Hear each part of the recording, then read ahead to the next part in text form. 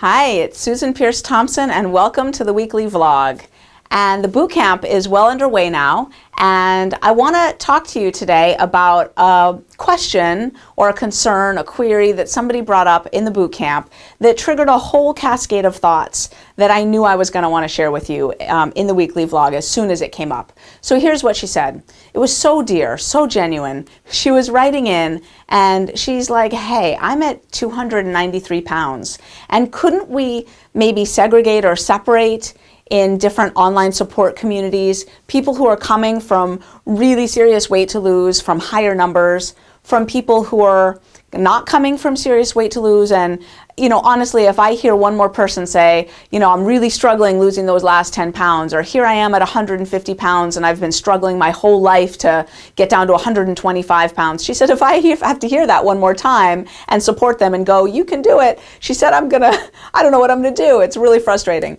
And oh, so heartfelt. I so related and empathized with that perspective.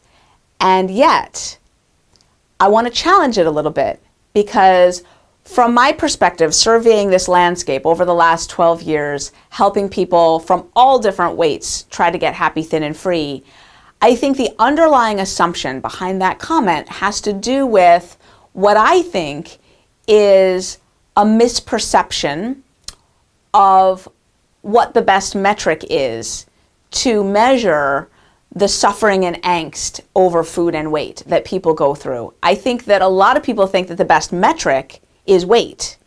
And I want to propose that I don't think that is the best metric. I actually think there are three other metrics that are far more effective in summarizing or measuring the angst and the suffering that people go through when it comes to their food and weight. And I don't think weight is the best one. What I think are better metrics are, number one, perceived weight, mental weight.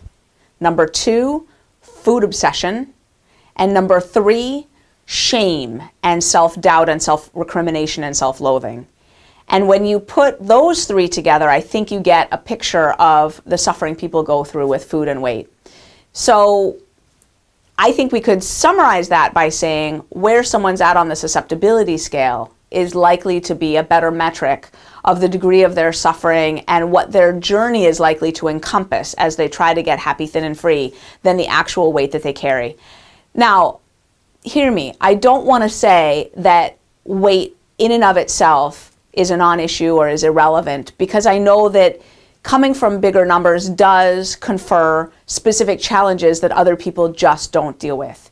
If you can't tie your shoes and you're wearing Velcro shoes because you can't reach your shoes, someone who doesn't come from bigger numbers doesn't understand what that's like. If you walk onto an airplane and have to get a seatbelt extender, or if you simply don't fly with airplane travel at all because you can't, either literally can't fit or can't bear the thought of going through the mortification of trying to sit in an airplane seat and requesting the extender and all that. Someone who's coming from smaller numbers doesn't understand that.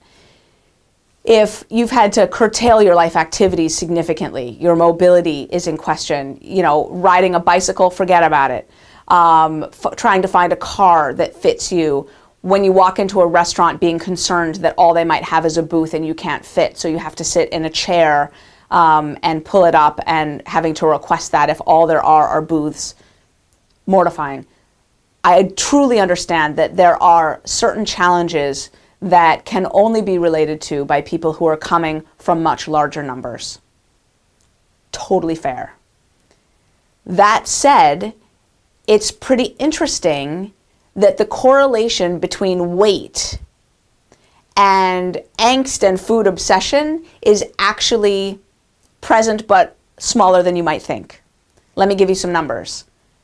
About 50% of women who are obese are high on the susceptibility scale. That means 50% are moderate or low. Not what I would have expected. I would have guessed 90% are high. Not what the numbers show, 50%. About a third of people who are in the mid-range of the susceptibility scale are obese. I said that the wrong way. About a third of people who are obese are in the mid-range on the susceptibility scale. And when we look at lean, people, 17% are high on the susceptibility scale. So I just said some numbers, they're kind of confusing. Let me just pull out two key facts. 50% of people who are obese are on the high range of the susceptibility scale, and 17% of people who are lean are on the high range of the susceptibility scale. Clearly, there's a correlation between weight and susceptibility to the addictive properties of refined foods, but it's not a perfect correlation. It's not a one-to-one relationship. It's not like you could look at someone and their size and say, oh, that person is completely obsessed with food and binges all the time and, suffers with massive cravings and never feels satisfied when they start to eat. There are some people who are obese who experience that, but there are some people who are lean who experience that, who are slender who experience that. I want to relate a couple stories. A couple of the people who I've known in my journey, one I met in Boston, one I met in Sydney, Australia, who are the most crazy with food obsession that I'd ever seen, were completely slender. They rocked up in a right-sized body with so much pain in their eyes and redness around their eyelids and fear and shaking.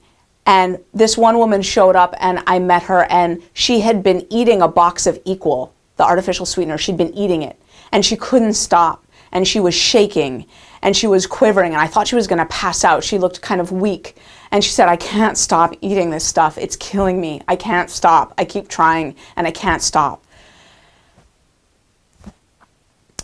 And the other woman in Sydney, Australia, was so sick with her food addiction that when she binged, she disappeared, and she would lock herself in her house, and me and several of her friends, we would go and try to rescue her. We weren't sure, honestly, if she would survive the night. The way she would eat and mutilate herself and eat, and she was suicidal, and she would binge so hard, and she would hide in her house for days upon days upon days. And we would bang on the door and see if we could rescue her and talk to her and calm her down. She would like hole away in her food addiction so intensely that it threatened her life. And I want to relate the story of another experience, someone I know, a colleague of mine actually, who I met, and at 350 pounds, wasn't that sick with food addiction at all. Like, medium range on the susceptibility scale, maybe a 6, and learned the Bright Line Eating System, has been using it to lose her weight, doesn't need tons and tons and tons of support. She got enough support to learn the system and did the boot camp, and now she's been on her merry way. She's still losing her weight. She does her exercise classes. She's fine. And at 350 pounds now, she's probably, I haven't talked with her in the last week or so, but she's probably down around 250 pounds and still losing, and not that desperate with food addiction. So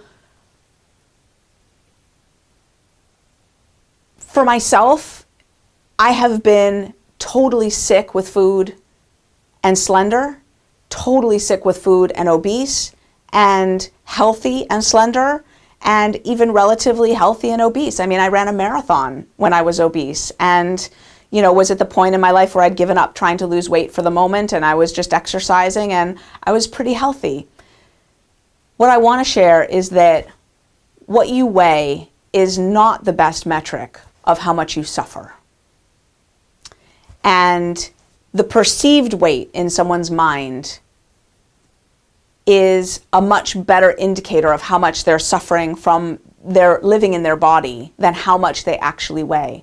There are plenty of people, and they're probably not watching right now, who are heavy and fine with it, and they're living their lives and getting dressed and feeling beautiful or handsome and feel comfortable in their skin, and they might be 50 or 70 or 100 pounds overweight, but it's not disrupting them from leading a happy, joyous life.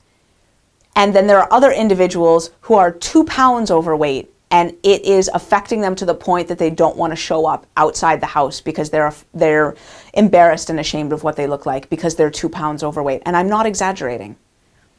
As a matter of fact, I'll just get honest for a second. At the moment, I am I think about 3 to 5 pounds heavier than I like to be. I weighed 115.4 pounds this morning, and that's up from what my goal weight is, and I've just been eating out in restaurants and making heavier choices, and my weight has crept up a little bit.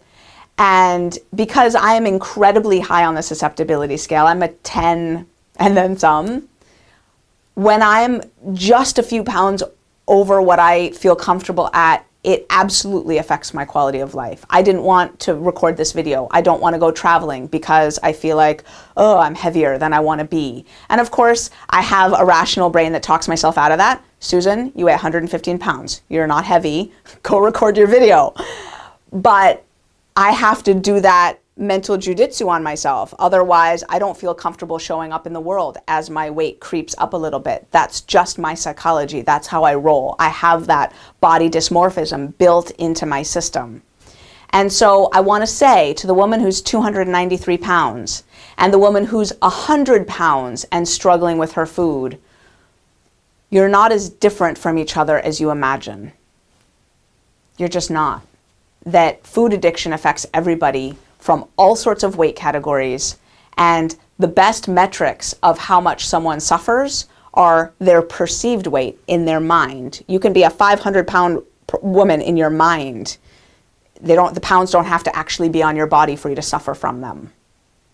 Perceived weight, food obsession, and the degree of shame or self-recrimination or self-blame that you go through over your eating. I think those are the best metrics.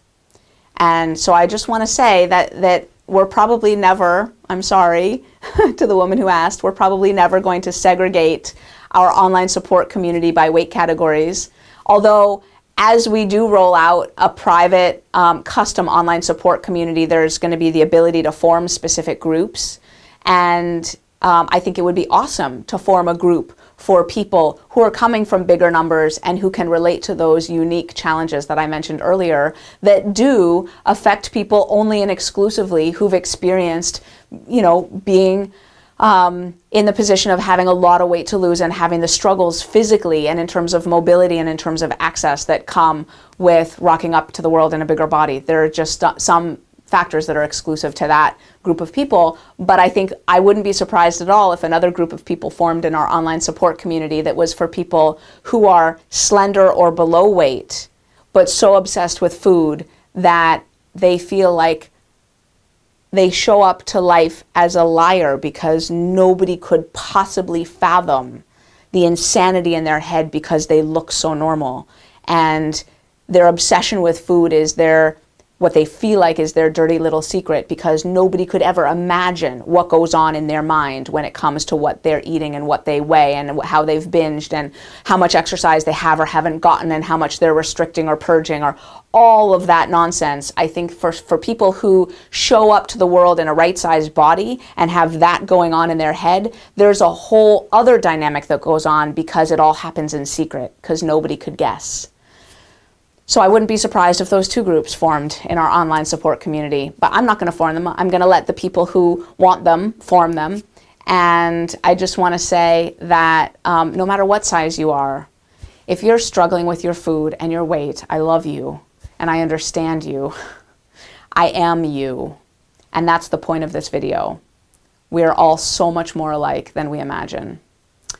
So that's the weekly vlog. If you have a topic that you would like me to address on the weekly vlog, just go ahead and send it in. I'm at susan@brightlineeating.com, and I'll see you next week.